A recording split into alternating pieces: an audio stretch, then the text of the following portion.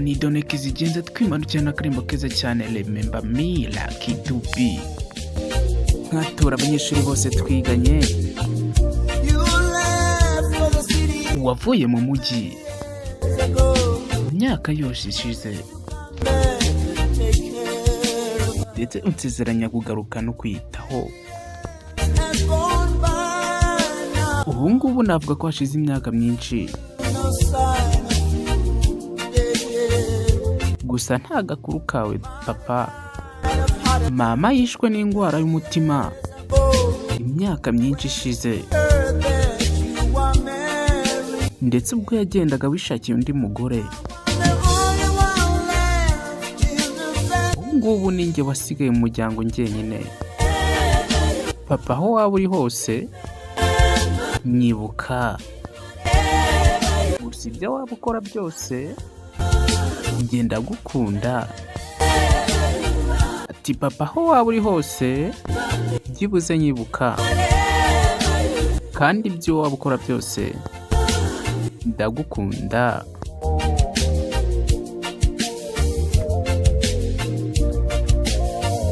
Abanyeshuri bose twiganye guhera kera turi naho kabisa, ndabakunda nanjye cyane.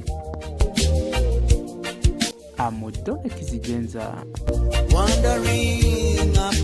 ndetse nibazaga hejuru no hasi mu mihanda ya Soweto, ndetse nta n'umwanya nta n'ifite wo guhamagara mu rugo. Imyaka myinshi nagerageje kugushaka, ariko umugore washatse ntago yari mwiza kuri bose. Ati data, waba uri hose basi nyibuka, ndetse ibyo waba ukora byose njye ndagukunda.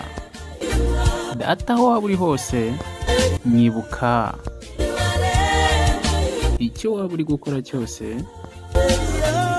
ndagukunda. Akaba ari akarimbo keza cyane ka Lucky Dube kitwa Remember Me.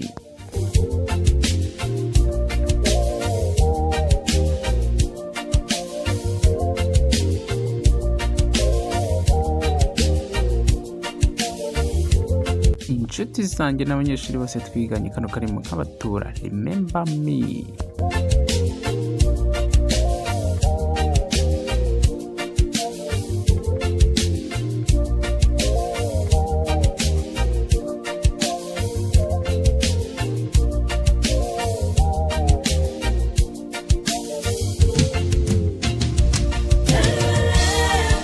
Papa, aho waba uri hose basi nyibuka, ndetse ibyo waba ukora byose ndagukunda. Ni Done Kizigenza. Kora subscribe kuri Done Post, ariho nzabagize uturimbo turyoshye dusobanuye muhakunze.